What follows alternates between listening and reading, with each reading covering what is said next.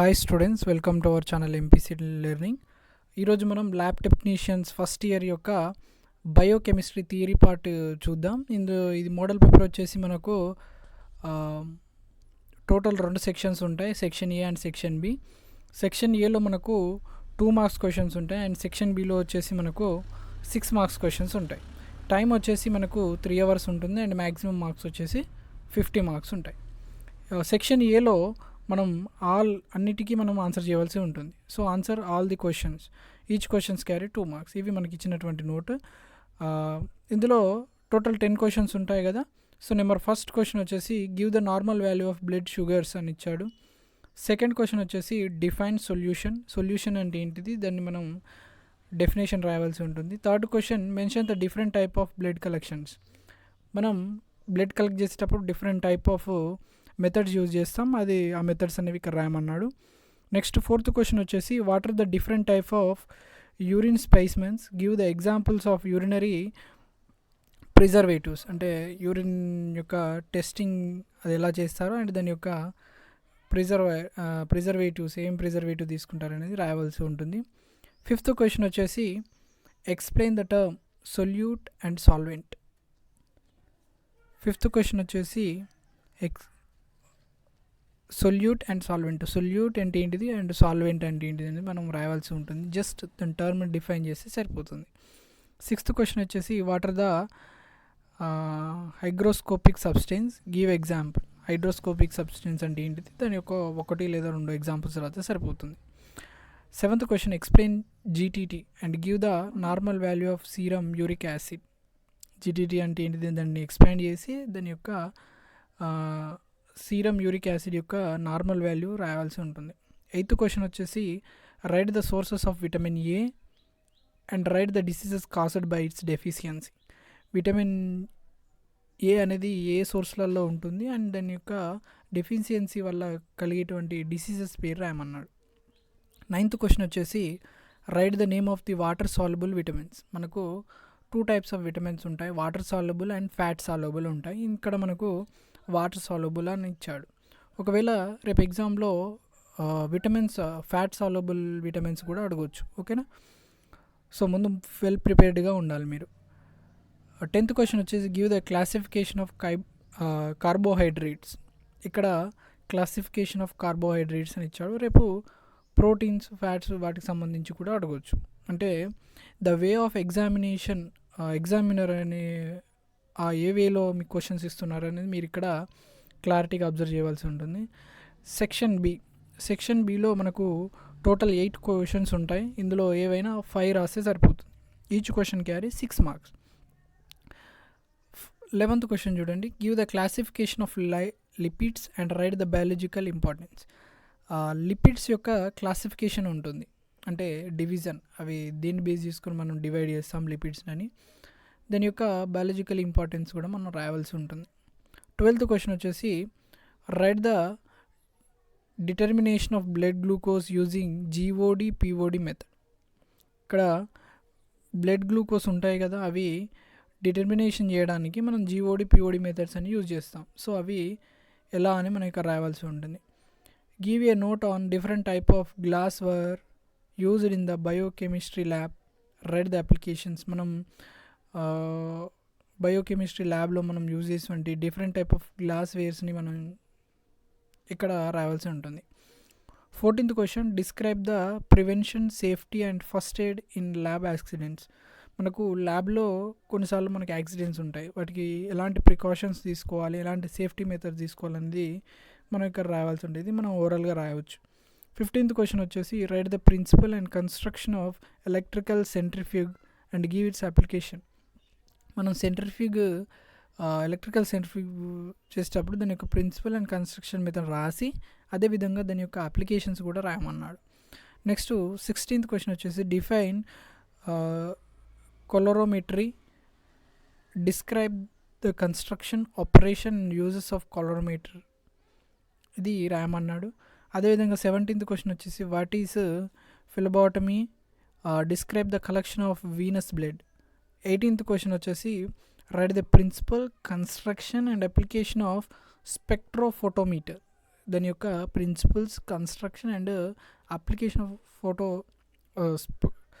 స్పెక్ట్రోఫోటోమీటర్కి ర్యామ్ అన్నాడు. ఇది మనకు ఫస్ట్ ఇయర్ ఎంఎల్టీ వల్ల biochemistry theory part.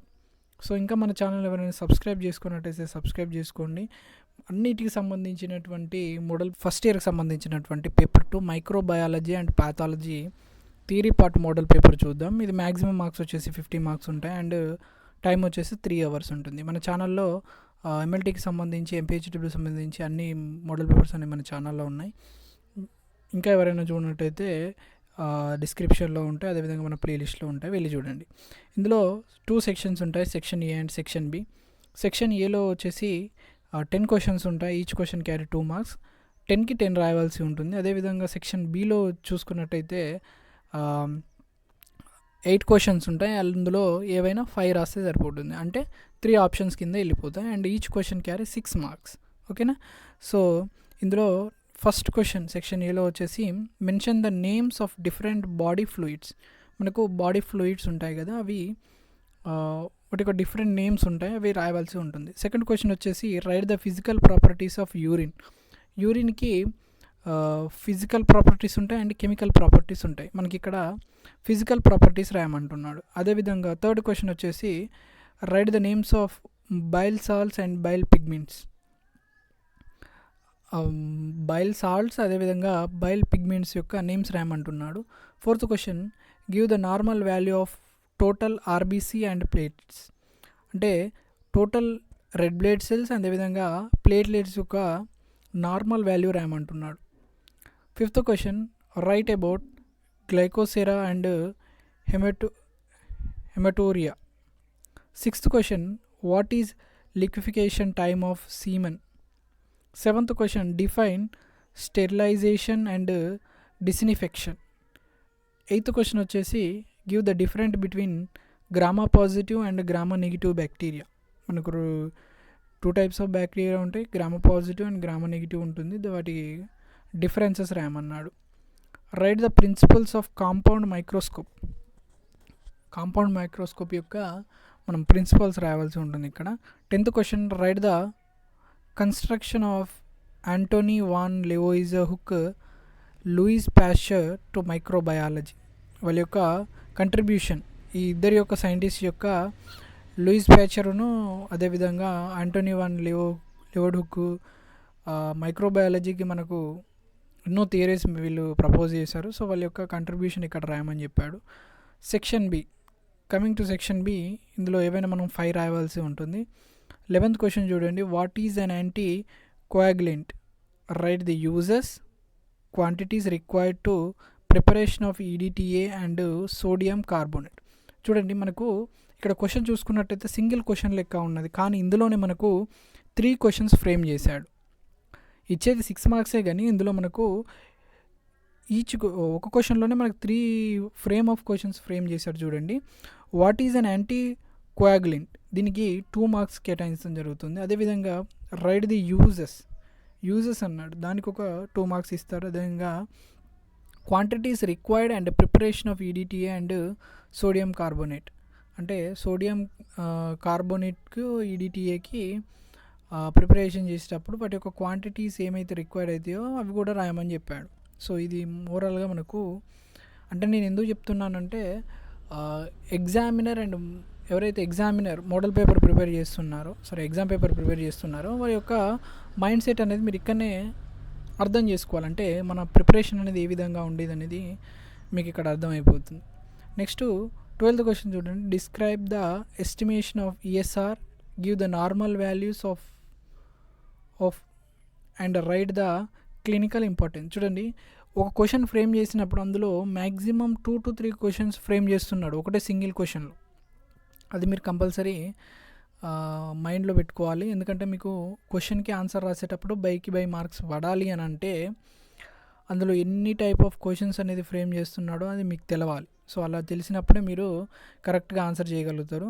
13th question చూడండి, write the qualitative determination of urine sugar. ఇక్కడ మనకు క్వాలిటేటివ్ అండ్ క్వాంటిటేటివ్ 2 ఉంటాయి. సో ఇక్కడ qualitative determination of urine sugar అని ఇచ్చాడు. రేపు క్వాంటిటేటివ్ అని కూడా అడగవచ్చు, అంటే మీ మైండ్ సెట్ ఆ పేపర్కి తగ్గట్టు మారాలి. ఓకేనా.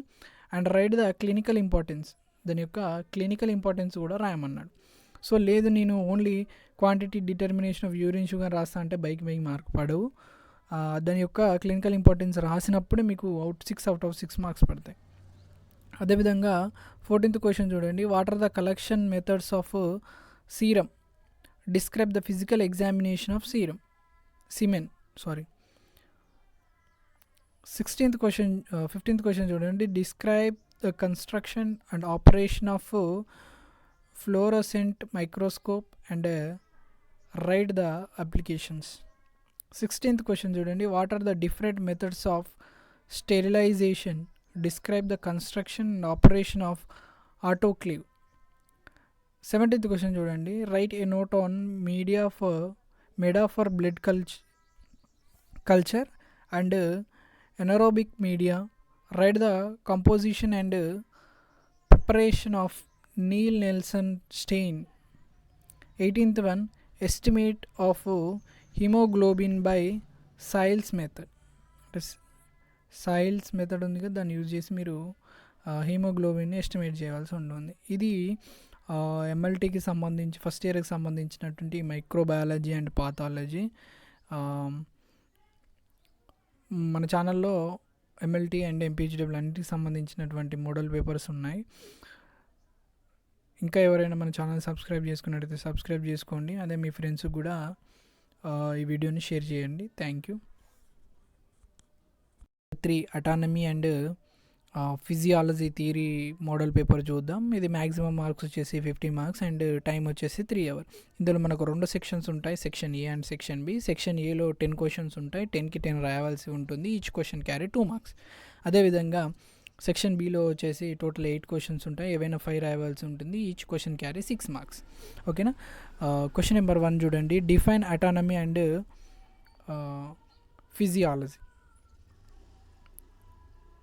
ఫిజియాలజీ అదేవిధంగా అటానమీని డిఫైన్ చేయమంటున్నాడు. సెకండ్ క్వశ్చన్ వచ్చేసి mention the various varieties of tissue in our body. మన బాడీలో డిఫరెంట్ టైప్ ఆఫ్ టిష్యూస్ ఉంటాయి, ఆ టిష్యూస్ని మనం ఇక్కడ మెన్షన్ చేయమని అన్నాడు.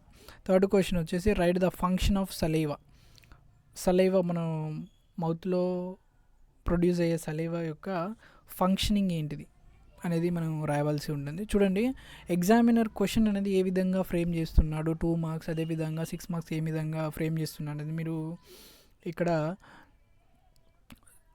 క్లీన్గా అబ్జర్వ్ చేయవలసి ఉంటుంది. ఎందుకంటే మీకు ఎప్పుడైతే ఆ ఎగ్జామినర్ యొక్క పాయింట్ అనేది అర్థమవుతుందో మీ ఎగ్జామినేషన్ ప్రిపరేషన్ కూడా దానికి తగ్గట్టు చేసుకున్నట్టయితే మీకు 50 out of 50 marks మీరు ఈజీగా తెచ్చుకోవచ్చు.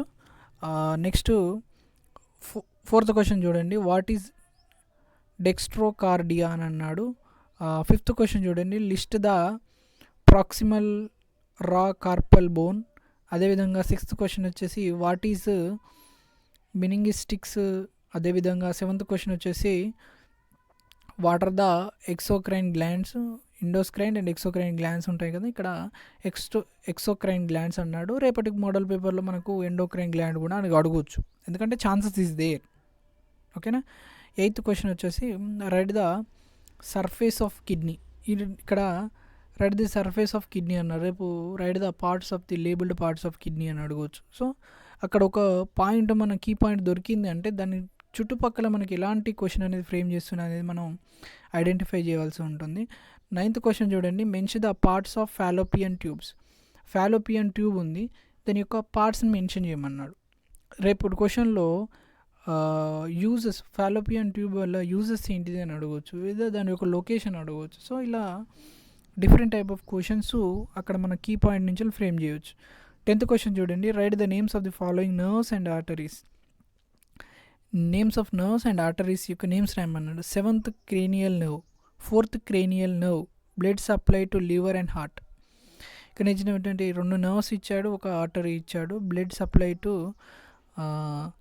లివ్స్ అండ్ ఆర్టరీస్ అని ఇచ్చాడు. నెక్స్ట్ సెక్షన్ బిలో చూసుకున్నట్టయితే draw the neat and labelled diagram of heart and explain coronary circulation. ఒక హార్ట్ డయాగ్రామ్ గీసి దాని యొక్క కార్నరీ సర్క్యులేషన్ యొక్క రాయమంటున్నాడు. 12th క్వశ్చన్ వచ్చేసి write the classification of bones with examples and mention the functions of bones. Classification of bones with example and mention the functions of bones. Classification and ఒక function రాయమని చెప్పాడు. 13th question వచ్చేసి define organ, right the organ presence in the respiratory system and explain one in detail. Organ present in respiratory సిస్టంలో ఏం organs ఉన్నాయో అవి రాసి దాని యొక్క detail explanation ఇవ్వమన్నాడు. 14th question draw the diagram of skin and write the functioning of skin యొక్క diagram గీసి దాని యొక్క ఫంక్షనింగ్ రాయవలసి ఉంటుంది. 15th క్వశ్చన్ వచ్చేసి draw the labelled structure of stomach and explain the functioning of liver. Stomach యొక్క structure రాయమన్నాడు, అదేవిధంగా liver యొక్క functioning రాయమన్నాడు. చూడండి, ఒకటే క్వశ్చన్లో మనకు 2 క్వశ్చన్స్ అనేవి ఫ్రేమ్ చేస్తున్నాడు, అది చూసుకోండి ఒకసారి. 16th క్వశ్చన్ వచ్చేసి write the composition of blood and functioning of blood. Composition of blood and functioning of blood చూడండి, వాటిని రాయమంటున్నాడు. 17th వచ్చేసి list the endocrine glands. B వచ్చేసి write short note on uterus, tonsil, appendix యొక్క రాయమంటున్నాడు. 18th question draw a neat diagram of urinary system with labelling and explain the formation of urine. Urinary system గీసి దాని యొక్క formation of urine ఎలా వస్తుంది అనేది మనం ఇక్కడ ఎక్స్ప్లెయిన్ చేయవలసి ఉంటుంది. ఇది మన ఎంఎల్టీకి సంబంధించినటువంటి autonomy and physiology theory model paper.